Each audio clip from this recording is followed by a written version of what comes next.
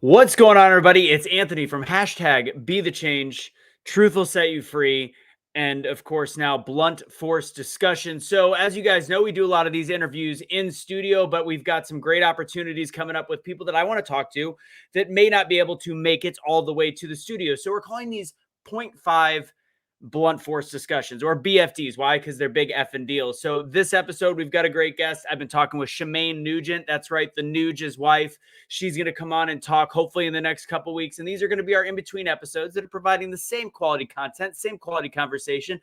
We just can't have it in studio. And it's just adding to the great conversations that we are going to have. So with that said, ladies and gents, let's get started with this special episode of Blunt Force Discussion.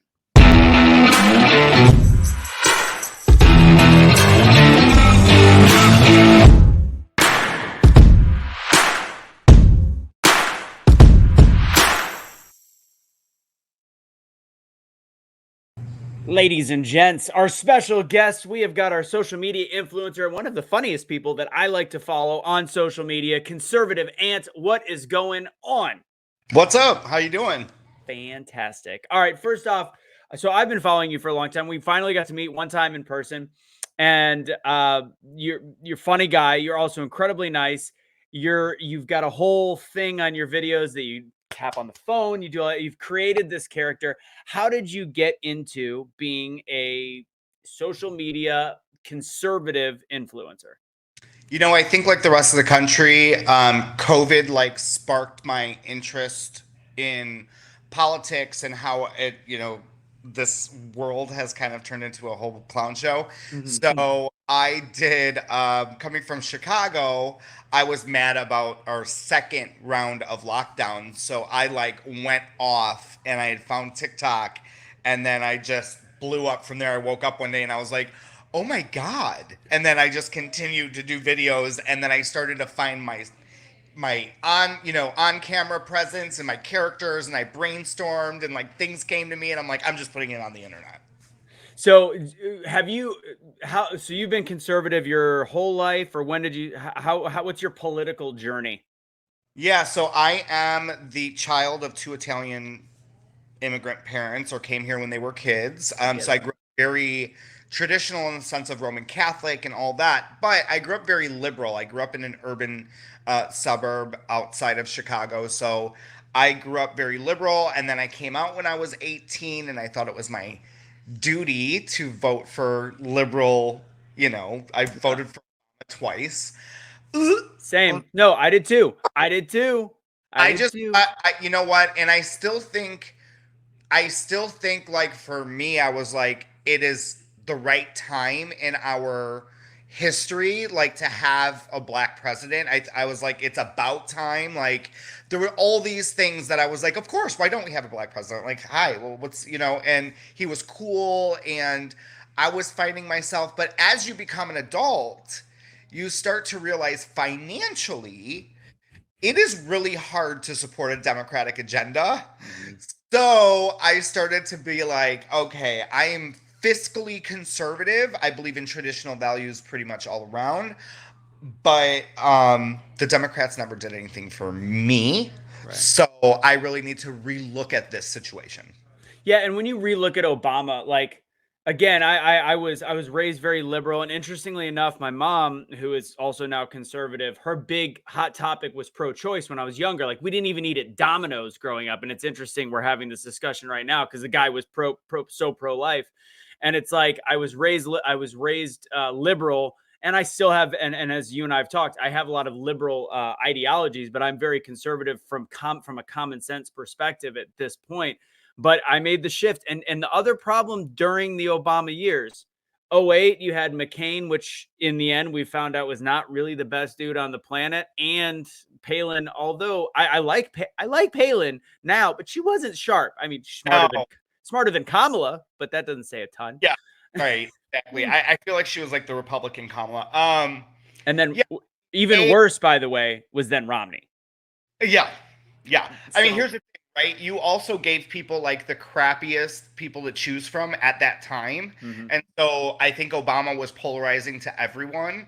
I think what set me what set me over the deep end was when he literally lied to us about Obamacare. And like, I was working for a really good company since I was 16.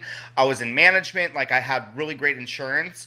And so when he came out and said that our insurance wouldn't be affected or changed, and then it did, and I had employees running in crying because they couldn't use the same OBGYN since they were like teenagers, I was like, this guy's a liar. And then I Mhm. started doing my research and I'm like, oh my God, this is horrible. Yeah. Yeah, I became fed up. My stopping point was near the end of his presidency with the when he went from Michael Brown to then the police shootings in Dallas, and he just had this odd not like lack of give a shit Yeah. for police officers. And here he was at Michael Brown's funeral and like celebrating these criminals that that died doing something that is a risk of getting killed. Like you and that is, I think, what spun us into the polarizing nature of Donald Trump. We needed somebody like him, and that's why we went with him, and then we've just continued to divide. Well, and that's the thing too, is like, so if many don't know, like they were like, when was your complete red pill moment? I had gotten a video sent to me of Brandon Straka of the Walk Away movement. If nobody knows who that is, I encourage you to go and find his videos on YouTube. But he was a gay man from New York. He was a hairstylist, like the quintessential gay man. And somebody sent me this video and they're like, dude, you have to watch this. This guy like walked away from the Democratic Party. And I'm like, so I watched it and I was already, this was during like Trump's campaigning time. So Mm-hmm. I was already kind of sold on Trump anyway. I'm like, wait a minute. We all liked him during The Apprentice, right? Why is everybody hating him right now? And then I started watching him more. I'm like, oh, he's hilarious. But uh, so then after I watched this Brandon Straka video, I was like in tears, bro. I was in tears because everything that he said was so obvious. And then it was like that oh shit moment in your head when you're like, you're right. And then I started doing my research, which is a bad idea for Democrats once you start doing your research and you're like, oh my God, oh my God. And I had completely walked away. I was Yeah. like, I'm not, this is not me. Yeah. And my moment, my 100%, I mean, business was big. I own my own small business, but my big moment was when I all of a sudden I remembered specifically one girl I went on a date with in 2005. I was just out of college. And this was thinking back in my head because I'm like, why just because I'm considering voting for Trump, all of a sudden these people that I know started hating me. I don't care about if they're going to vote for Clinton, I don't judge them. I just think that Clinton's a piece of shit. Right. And then all of a sudden I started thinking, I go, oh my God, I remember I was on this date with this girl and she had a George W. Bush bumper sticker. And I was like, oh, I just F this girl. She's horrible. Like how is this Satan? And I was like, oh my God, we have been the Democratic Party on top of the lack of logic and lack of facts. We are bred to hate each other. And I can't be a part of that. I just can't. And that Right. was my kind of, oh yeah, I can't do this anymore movement. Yeah, and you know what what actually you just sparked something in me because I never thought about it before, but like if you look at the old Republican Party, not cool. They don't look cool. They're not cool people. Like it was just kind of like this is an old white guy kind of party. It's Yeah. not going to be any nobody of culture or sexual orientation is going to like these people. I think what made our government so scared was the fact that if Donald Trump did anything, he created a Republican Party, which is the conservatives. This is in my opinion, Mm-hmm. the conservative party, which is so diverse and so young and so cool. And we have so many of these awesome podcast and radio hosts and social media influencers and, Charlie Kirk and Candace Owens and like all these people where everybody in our generation can relate to. And they're not insane. They're not crazy. They're not putting blood on their crotch and running in front of the Supreme Court. Like, it's normal people that are like, damn, these people are cool. Like, invite them to Mike Hegger. Yeah. Exactly. And they're also like before it was that staunch white guy, like, here's what we're gonna do. And now if you watch like the two different parties when they're on these shows, these whether it's Fox or whether it's CNN, or when you bring them up and you have an expert, you can take a Charlie Kirk who will go 1 minute straight of the most brilliant. And I don't love everything that comes out of his mouth, but holy God, he's brilliant. Candace Owens, same thing. Shapiro is the same. Oh yeah, Shapiro. Yep. He's like so smart. Like he's too smart for like himself, I think. And like I don't agree with every single thing that comes out of his mouth either, but damn, does he make some pretty damn good points that are irrefutable. And it's not about, and we're going to get into this before it's over, it's not about always agreeing with every point. And I do think that's a big weakness on the right, is we feel like we are so tribal, we have to believe everything of every word. And that's why we attack each other more than the left does, which is really, really weird. But we'll get into that. So this is my big, and again, and not to use you as my token gay on this, but you gotta, and you're brilliant with it. Your content, I mean, always is great. And this month has been even funnier. So we are now at the end of June, and whenever the full thing comes out this month, dude. at year after year, it gets a little bit more intense, a little bit more intense, a little bit more intense. And this year hit a fever pitch on a level I have never seen before. Like this was something else. So to celebrate the end of the month, I'm like, let's talk to Conservative Ann. Yeah. So my question to you, what the happened to June? Oh my God, dude, where do we start? Right? Well, once I saw the switch from the Ukrainian flag on people's Facebook posts to the pride flag, I knew we were in full pride season. Look, if you go to my if any of whoever's watching, like if I go to my content, you might like me, you might not, because some of the quirks that I do in comedy that I do is annoying for some people. I've gotten people say, "Oh, you eat food on some of your videos." I'm like, it's literally my shtick, like. So, but I call out this community because, look, I came from an old school LGBT community, or LGB really was what it was when I started hanging out. And we were all about like the civil movement, right? Equality, being able to get married with no judgment, be able to adopt kids if we want to one day, be able to make decisions for our spouse if they're in their deathbed, like things like that. This year, though, it has turned up a notch. I do not know where these monsters came from, but they've like crawled out of the deepest pits of hell, and they're like, we're doing BDSM at Pride on stage in front of children. And I'm like, what? There's kids there? Why? And so a really big voice and speaking out against the radical LGBTQ. I don't know, Porsche. Elemental P XYZ. Yeah. Yeah. Cadillac XYZ.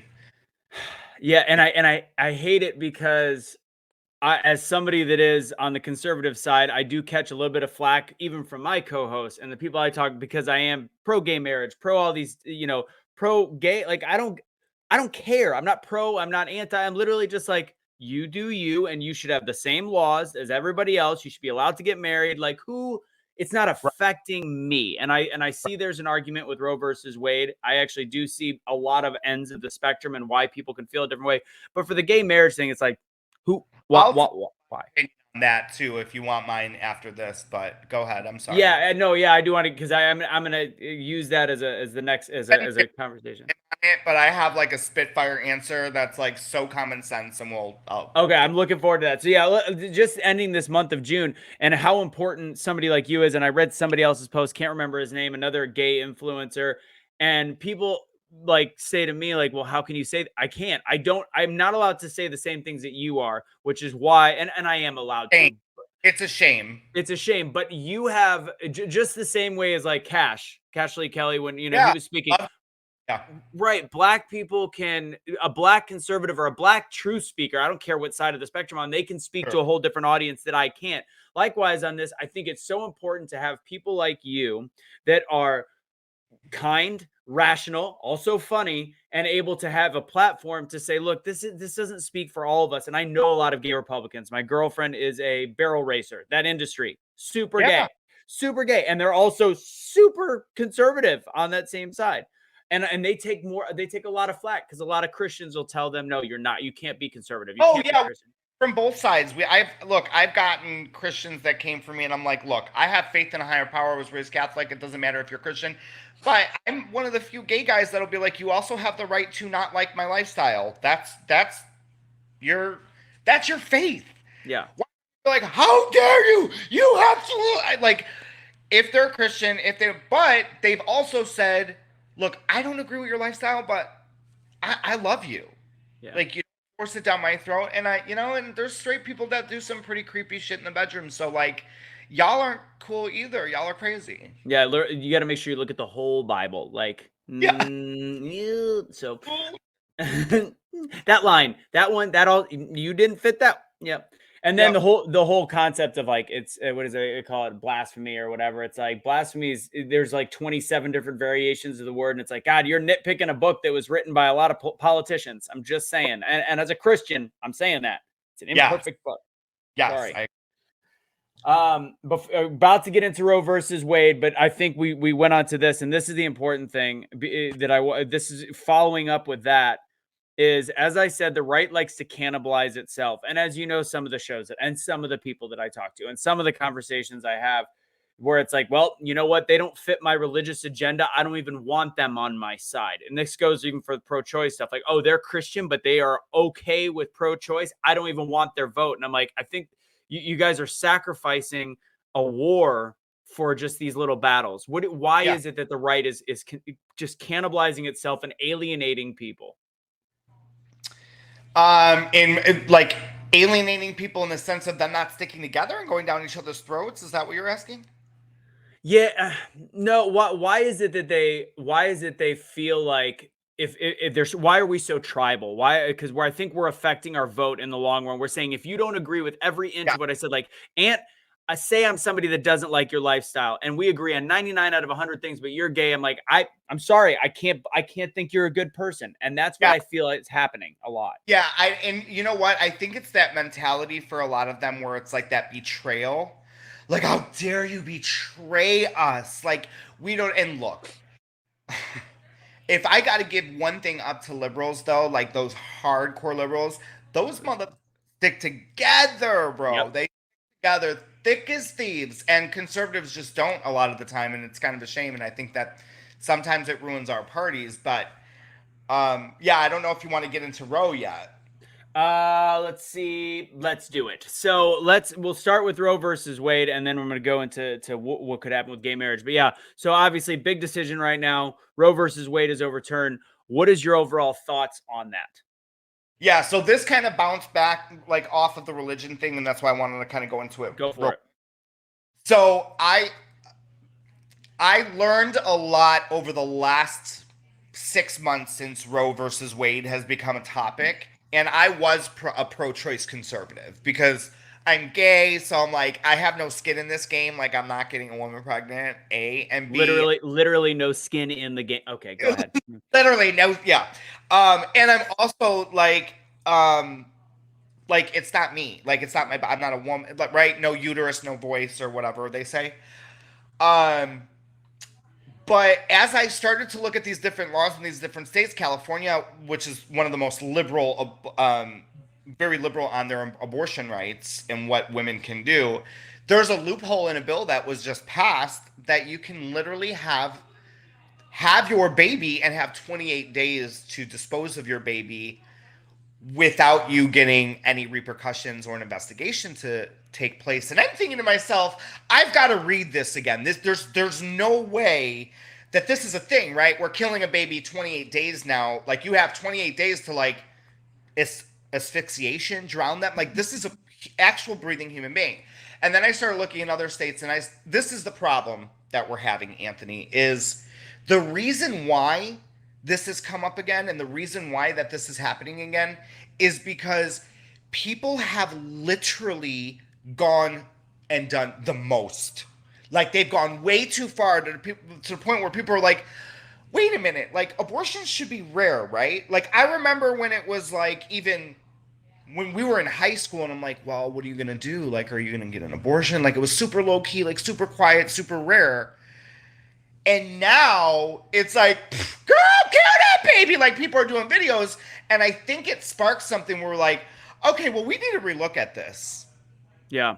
I think a lot of it is, and this is that by design concept, a lot like what's going on in Pride Month and what's going on with Roe versus Wade is it's meant to divide people. The gun control stuff, like all of it is so hyper sensationalized because the middle ground area is completely left behind Yeah. by these extremes. So like you'll look at people right now that have been open-minded to homosexuality for the last 20 years. You'll have people open-minded to if something goes wrong with the baby, like you said, like if something you can have if like rape or whatever bad can happen, they can have Which the abortion.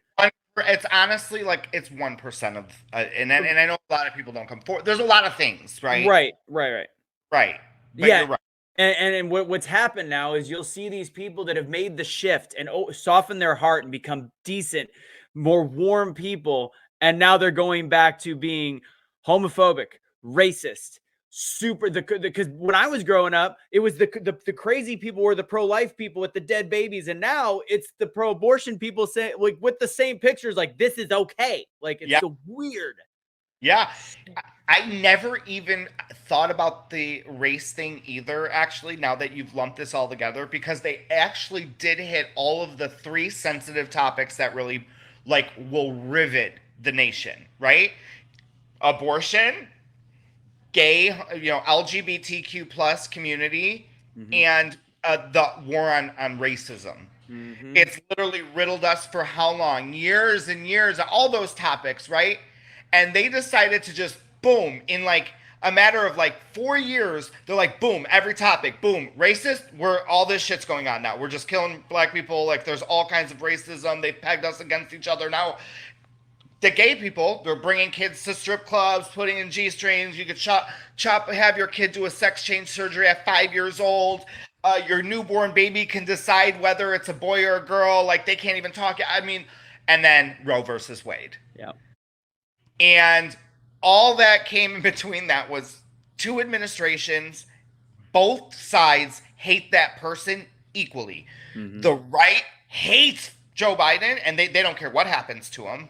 Like body wise, like he can go tomorrow and they'd be like, yeah. Yeah. And the same goes to the left, Trump. So Yep. 4 years, well, the presidency was longer than that, but 4 years we've had three top issues and we hit every single one of them to divide the nation. What else is left? Oh, I know. Keep everybody in their houses and give them a pandemic. Yep. Now it's masked, unmasked, vaxxed versus unvaxxed. I mean, this is crazy. It is, and that is the by design thing. Like we have got, and that is why I think we've kind of lost our mind across the board on all these issues, and we have regressed as a nation so far. And I'm not going to blame it just on Obama. I'm not going to blame it just on Trump. I'm not going to blame it even on Biden altogether. It is a cumulative effort that is, and it's even the way we look at criminals. Like this story that just came, not the 50 something dead people in San Antonio, which is already crazy that still isn't more readily in the news, but the one that's quietly in the news, unless you look at Fox News or local. And I don't know if you heard about this. There's a two kids, 21 to 20 and 25 years old in Tulare, California, that were found with over $1 million worth of fentanyl pills, and they were released a day later by a DA on the down low because they're clearly somebody like this. We are okay with this kind of behavior in this country, and that's why we have so many problems. Yeah, and people, with the immigration stuff, like what people have to realize is when you have radical countries that touch your country, regardless of what you believe in humanity, like certain things need to happen to protect either country, whatever it is. Nobody's ever worried about Canada, right? Because they're a brother sister country. Like they have the same type of laws and stuff that we do for the most part. Mexico touches us. So it would be like if you lived in Costa Rica and Nicaragua, they don't get along. So you're not going to go to Nicaragua, but Nicaragua is going to come here. So they try to protect that border. It's what you do has nothing to do with how you feel about the people, but you have drugs and sex trafficking, all these things coming across the border. Why is it such an issue to just protect our border? Right. It's not that hard. Right. All right, because we're the next topic is gonna be about gay marriage in the Supreme Court. So I think people are gonna want to hear it. So I'm gonna use this as a quick ad Right. break. We've got something that one of our sponsors is Monate. It is a network marketing company, but it is also a health product. And their hair care, their skin care, etc. It's all plant based. They've done more clinical trials than any other company out there, and their culture is insanely supportive. We actually had Tony Van Schoik on our show. She was one of the three founders of the company. They are patriotic, especially Tony, and ultimately their product has gone through the ringer. 6 years of it, $2.3 billion worth of sales, and they have faced off against some of the major brands out there that have tried to bring them down with false lawsuits and all these different things. That's what you might see if you Google them. But Wow. honestly, they are a fantastic product. To go to bluntforce.mymonate. That's MYMONAT.com and check out the shampoo, the conditioner, and then obviously other line of different stuff that they've got that I am just now starting to get into and use their products. And I am not a MLM guy, not a network marketing guy. It's good shit. It really is. So check that out again. That's bluntforce.mymonate.com. And if you want to get involved in terms of actually selling it for whatever reason, if you're looking for a few extra bucks, please just go through that or hit me up personally. And if you want to support the show, go to patreon.com/blunt force discussion. Again, that's patreon.com blunt force discussion. Last but not least, if you like our gear, as much as I do love the proud shirt that Ant's got on, but if you like our stuff, Fight Against Tyranny, Unvaccinated Lives Matter, we're probably going to throw these up on the website pretty soon. BFD. Once you come in studio, Ant, you'll get one of these hats. And we will we'll check that out. Go to awakenotwokestore.com and have Awake for 15% off. Okay. Oh, wait, hold on. I got to throw a little thrill into it. We'll be right back.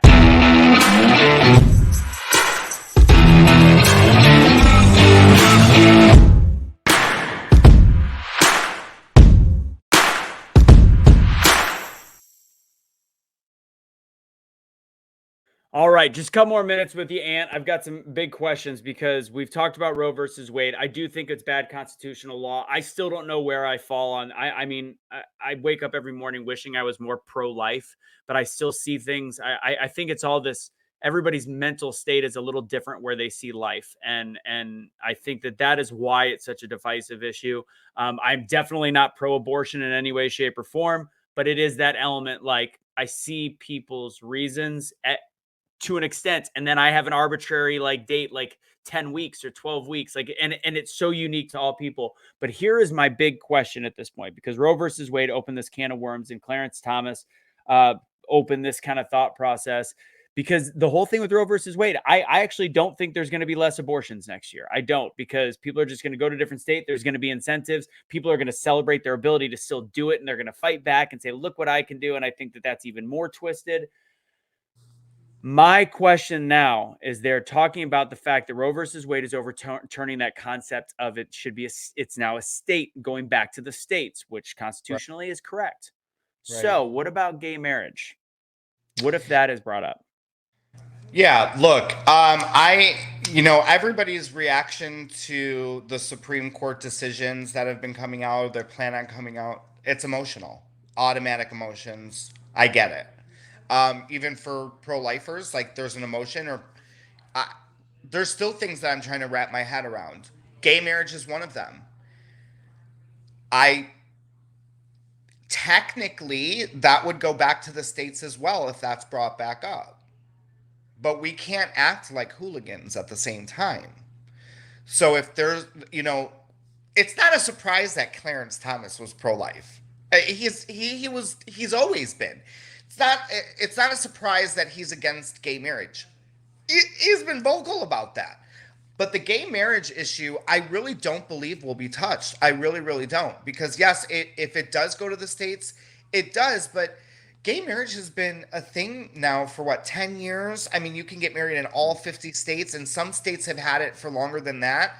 So there's all kinds of insurance clauses and insurance policies where people who are married have life insurance policies. That would be an economic like you would break the economy, or the when it comes to certain things like that. So it would also be political suicide for Republicans. And that's my point. And then I'll get the response, yes, but it's the right thing to do. And I'm like, why is it the right thing to do? Because in my belief system, in terms of our Constitution, is although it is a set document, it evolves. It's an evolution of thought. And the Roe versus Wade talks about abortion, and there is the question of some people believe it's murder, which I can see that side as well. In terms of gay marriage, it falls under the category of, and this word has been bastardized, progressive thought. But it is a progressive movement that hurts no one, helps some, and allows people to not be celebrated but accepted in a different way. And I do think that that would be a huge stain on this Supreme Court, and it will give them even more ground for the left. I think the red wave would be gone. First off, I think the red wave is already in jeopardy with the Roe versus Wade because they've done a great job marketing it, like a phenomenal job marketing this as hateful conservatives. So then the question becomes like, and I'm with you. I hope they don't touch it, but at this point, I always said Roe versus Wade probably was untouchable too, and I think we've learned that that's not the truth. So Yeah. No, I don't think that it's untouchable. I think that it definitely can go back to the states. Here's what this is so as a conservative that wants to make sure that our constitution is protected in many ways, what I see this as is it goes back to the states and the federal government no longer has control over your life, like your lifestyle or what you do, right? It's we the people. So this gives it back to us to where we can fix or change our states because decisions become bigger than even the president, right? In a yeah, lot of situations with a lot of different things. So marriage in general, even if it's in a heterosexual relationship, it's not in the Constitution. It would go back to the states, but the states aren't going to touch that. you would That would hope. Well, that would look if Ron DeSantis did that in the state of Florida. There's a lot of gay conservatives and black conservatives and Cuban conservatives that support him bigly right now. Okay, I mean our local news station here in Southwest Florida. It's a pretty liberal station. They did a poll. 66% of Floridians approve of his job. So that says a big thing. So it would be political suicide because I would stand with the LGBT community too if gay marriage ever was in question. Yeah. And it is, marriage is not, and this is where things have to evolve because marriage is not, should never be, it shouldn't be on the chopping block in that sense, because guess what? Nothing says white and black people can, in the Constitution should be able to get married. So it is something that obviously should be allowed. And that's Right. called progressive thought. And we went from being hateful racists in this country to saying black and white people can get married, women can vote, black people, like all these, Right. the Not evolution. that was ever a question, right? Like you think about it and it seems so obvious now. You're like, why wouldn't those two people be able to be together? Why wouldn't that? Why? You you would rather have a small group of men and women vote on that while you're sleeping at night, or you would rather the people have those kinds of votes, let it go to the state, let the state figure it out, and let us run in public office, and then we'll change or adjust the state. I promise you that red wave that conservatives love so much, if that goes back to the states and the states overturn marriage, it ain't gonna be no red wave. No. It's gonna be pretty blue. And people just on that subject alone will be like, I'm out. Sorry, I got a kid that's gay. I got a sister that's trans. Everybody does at this point in our lives because everybody's now able to be open about it. So I would be willing to say you would probably have a landslide victory in choosing a Democrat administration, everything, if you did that. I Yeah. think that would be the complete suicide. Agreed. Who do you vote for this next election? Who's your presidential pick? Well, it's going to be pretty controversial. I love Donald Trump, but it should not be Trump. Well, But we agree. But if he was the guy I had to choose from, and the other person was the same recycled bullshit, Hillary Clinton, Joe Biden, like all these career politicians, I'm going to vote for Trump. Yeah. But I would like to see a young or a conservative that has both ideals like us Yeah.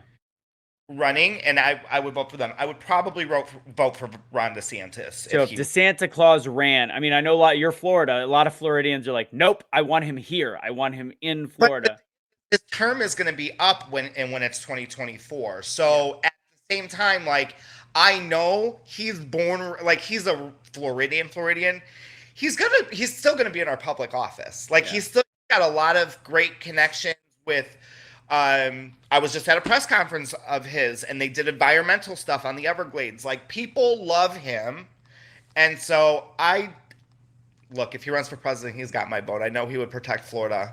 Yeah, and I like DeSantis, and he always said he wasn't going to run until recently, and well, he never said he wasn't going to. He never said he was going to run, but when you're doing press tours all over the country, Well, what he does say, and what's a great message, and that would be one of my final messages to America. You got to focus on 2022 right now, because I know I see a lot of Trump 2024, and I'm like 2024, bitch, we got to fix this shit tomorrow, today, yesterday. So like, we need to vote local elections. We're seeing people come out in droves for it. It's great. It's there's a lot of red waves, a lot of red winds. So I think that's what we need to focus on. 2024, 100%, or yeah, 2020%. I'm a Rand Paul guy. My pick's Rand, and if there's any way to get DeSantis Rand together, that's my go-to. All right, I love Rand. I love the way that he fights against Fauci, and I just haven't seen him do anything I don't really like. All right. I like Tulsi Gabbard, but Well, and I love the left, right. I love the big Tulsi fan. I don't love that she was part of the World Economic Forum, but I think she got out a little younger, yeah, kind of like Elon Musk was too. And I think, and everybody's like, he was in there. He also left, and he also said, "Bye, piss off." right. All right, this is a quick question. Then I'm gonna have your final words based on my final question. So, out of all the characters that you do and your different stuff, what's your favorite one? I would. I'm probably gonna say the phone calls. The Yeah, phone calls are always great, and what people don't know is I've been doing fake phone calls since I was little. I mean, I Turkey would pick boys. and be like, "Yeah, hello," and I would have conversations. I don't really plan the conversations out. I'm gonna be honest with you guys. When I call Joey and Cammy, and like, I don't know the current press secretary, so she's Jean Claude Van Damme, or I call her Jean Claude Bustier, or like I make up all these names for her. So, but yeah, those are probably my favorite. And Oh, somebody actually, a follower sending me, keep on the lookout for a new phone. I have the blow up phone, but I'm getting a new phone, and it's like an old school Motorola flip, like a big chunker flip phone. So I'm gonna like close it with my chin. I have all these ideas. I love it. That's good stuff. I like there was one of my favorite prank calls I've ever got, by the way, was or not that I've ever got, that I've ever seen, was a guy called a Home Depot and said butt plug. That's it. He only over and over. So what they did was they called him and he's like butt plug. What was that, sir? Butt plug. Was that butt plug? And finally they go, okay, they transferred him to automotive. What do you need, sir? Butt plug. Spark plug, butt plug. And then finally one guy goes, butt plug? We don't have butt plugs. He goes, thank you very much. Have a great day. It was great.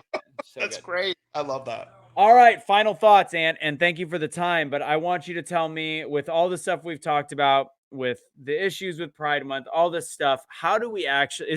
Do you have a thought process in your head on how to fix this crap? Um, we really, really need to, in an effective way, both sides need to figure out how they're going to change these people in power, because it all needs to be washed out. I How mean, do how do we change people in power? Because I say the same thing, and I try to think through it. I'm like, because in the end, we're still gonna have the same people voting. I, We keep. I know, and that's the problem is like that. But I know violence isn't going to do it. Mhm. I think that the biggest fear that the government probably has is for us to all join forces. How's that going to happen? I don't really know, and that's what's hard about it. It's like every day you just got to be like, okay, what am I going to do for my community today? Who am I going to vote for? Like, you got to just listen to all these politics. Now is more important than ever. And I think honestly, what you do, what Bobby Sauce does, what the Chad Prathers do, and I know that's all I'm naming more conservatives, but using one of the best lines Bobby Sauce ever said was, "Comedy is the Trojan horse of truth." And I think the ability that you have to kind of entertain people, be funny, and also be gay, and like kind of support Yeah. that kind of community and foster that, and be able to change hearts, I think is huge. I think that's because I do think politicians and getting involved, that's all well and good, and we do the best we can. We also know that elections aren't perfect, Right. but at the end of the day, I do think doing like what you do is incredibly important. Is there any, I know you support a bunch of different brands, and I know you work with Ian and then Lions. Is there any brand that you want to direct people to? Either, Lions Not Sheep, Patriot Gear. If you do follow me on Instagram or TikTok, it's Conservative Ant, obviously, or Conservative Ant 1.0 now on TikTok. But I usually have my link tree, so you can see all my affiliates. I work with America First Healthcare. It's Patriot-owned healthcare company that'll get you hooked up with great, health insurance and stuff like that. I have homeschooling stuff. I mean, all kinds of stuff. I love it. And go be with your family. I know you got a big weekend coming up and 4th of July. So thank you so much for doing this. And I will catch you on the flip side, my man. All right, Ann. Take it easy.